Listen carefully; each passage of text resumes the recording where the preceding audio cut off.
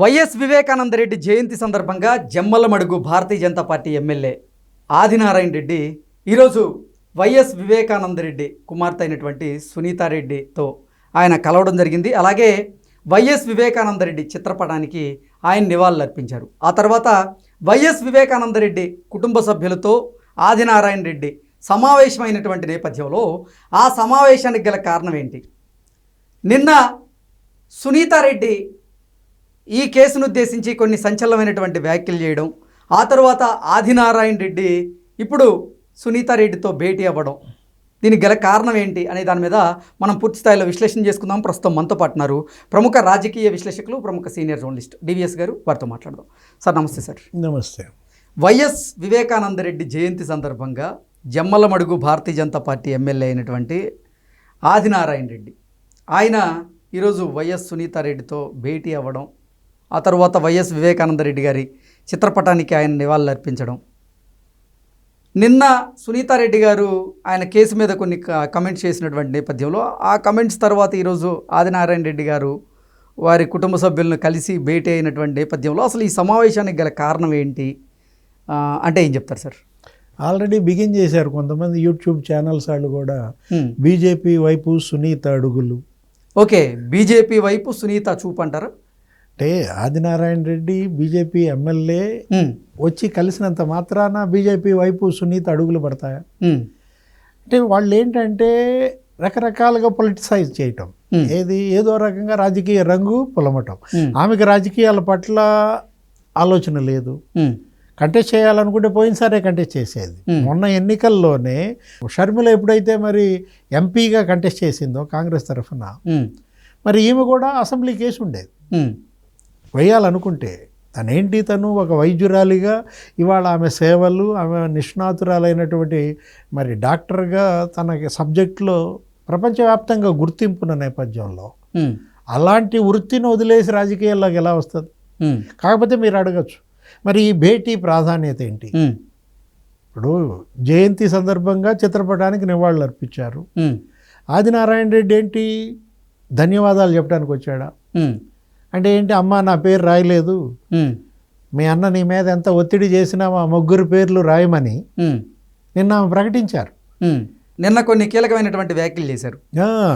ఇప్పుడు గొడ్డళ్లతో నరికిన బాడీ పక్కన పెట్టుకుని గుండెపోటు అన్నారు. అది హత్య అని చెప్పి నేను పట్టుపట్టిన తర్వాత పోస్ట్ మార్టంలో బయటపడింది.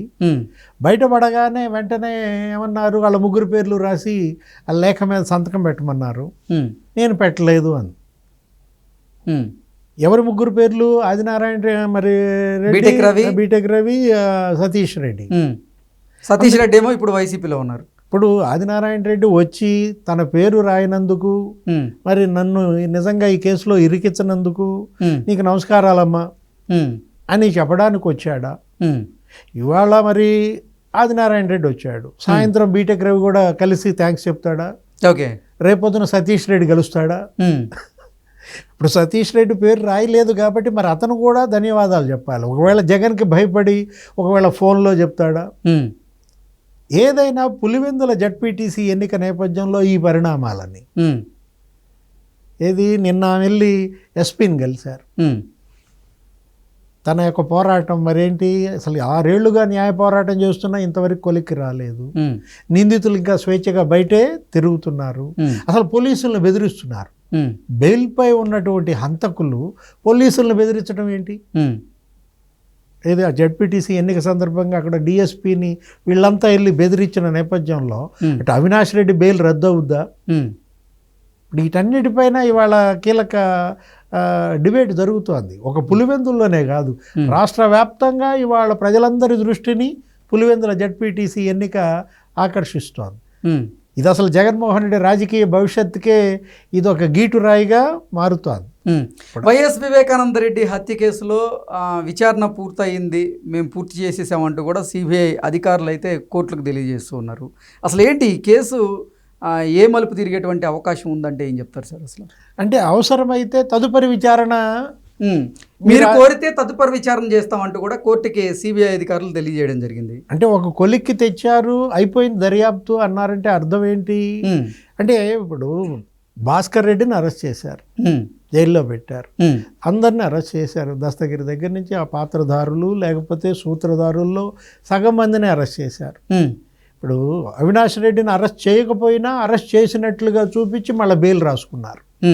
అదొక ప్రహసనం. మరి అసలు దీని వెనుక అసలు జగన్మోహన్ రెడ్డి మరి భారతీ మేడం వాళ్ళని అసలు కనీసం విచారించలేదు. షర్మిలను విచారించారు, 273 ఏమో ఆమెను సాక్షిగా విచారించారు. సాక్షిగా అయినా జగన్మోహన్ రెడ్డిని విచారించాలి కదా. ఎందుకంటే జగన్మోహన్ రెడ్డి పినతండ్రి. ఎవరు మృతుడు హత్యకు గురైన వాడు నీ పినతండ్రిని నరికి చంపినప్పుడు నీ యొక్క వెర్షన్ ఏంటి, నీకు ఎవరి మీద అనుమానాలు ఉన్నాయి, ఇవి జగన్ అడిగి తెలుసుకోవాల్సిన బాధ్యత మరి సిబిఐ పైన లేదా? లేదు.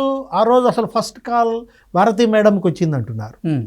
మేనిఫెస్టో కమిటీ మీటింగ్లో మరి జగన్మోహన్ రెడ్డి ఉన్నప్పుడు అటు ఉమారెడ్డి లేకపోతే అజయ్ కల్లాం కూడా వాంగ్మూలం ఇచ్చారన్నారు. పైనుంచి కబురు వచ్చింది. ఆ కబురు వచ్చినప్పుడు సార్ పైకి వెళ్ళారు, కిందకు వచ్చారు, బాబాయ్ నోమోర్ అన్నాడు.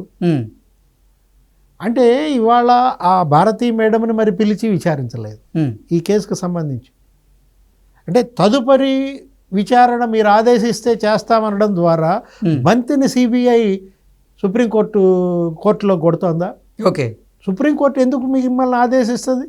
దర్యాప్తు సంస్థగా మీకు ఆ స్వేచ్ఛ ఉంది.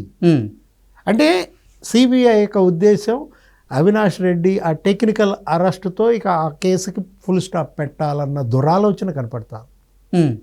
అది కూడా ఇవాళ సుప్రీంకోర్టు చెబితే ఫర్దర్ ఇన్వెస్టిగేషన్ చేస్తామంటుంటే ఇప్పుడు సుప్రీంకోర్టు ఫర్దర్ ఇన్వెస్టిగేషన్ చేయమని చెప్పేటువంటి అవకాశం ఉందా అంటే ఏం చెప్తారు సార్?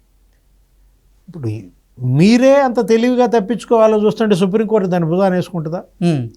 దానికి ఏమిటి సంబంధం? ఒకటి, హంతకులు తప్పించుకోకూడదు, అది వాస్తవం. కానీ మీరు హంతకులను చూసి భయపడుతున్నారు. దర్యాప్తు సంస్థ, పోలీసులు, సిబిఐ ఎస్పీ మీదే కేసు పెట్టారు కదా, రామ్ సింగ్ మీద. ఆ కేసు ఏమైంది? అందులో పులివెందులు అతను ఎవరు, వివేక పిఏ కృష్ణారెడ్డి పిలిపించారు, విచారించారు. అంతటితో వదిలేస్తారా?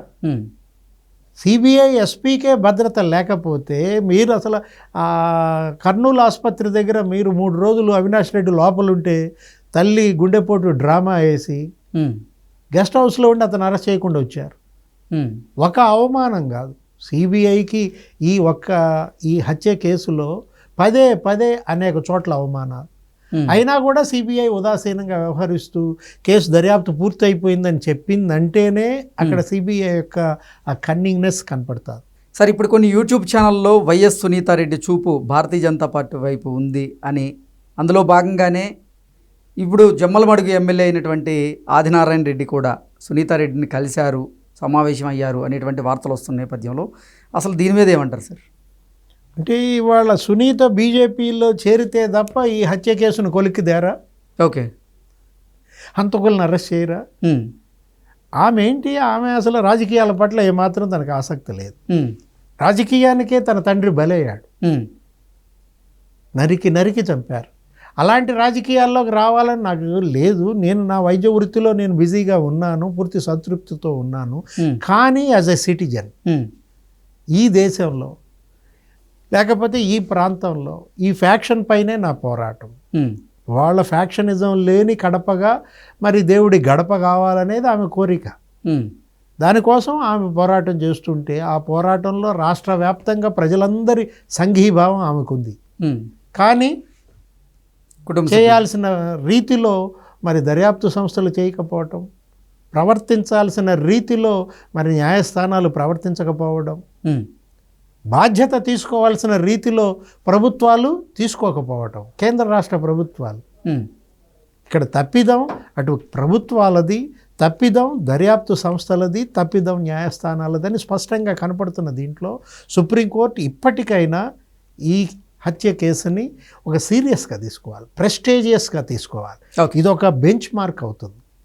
రాబోయే తీర్పులకు, భవిష్యత్తు న్యాయస్థానాలు నిర్ణయాలకి ఇది ఒక బెంచ్ మార్క్ అయ్యేటువంటి అవకాశం ఉంది.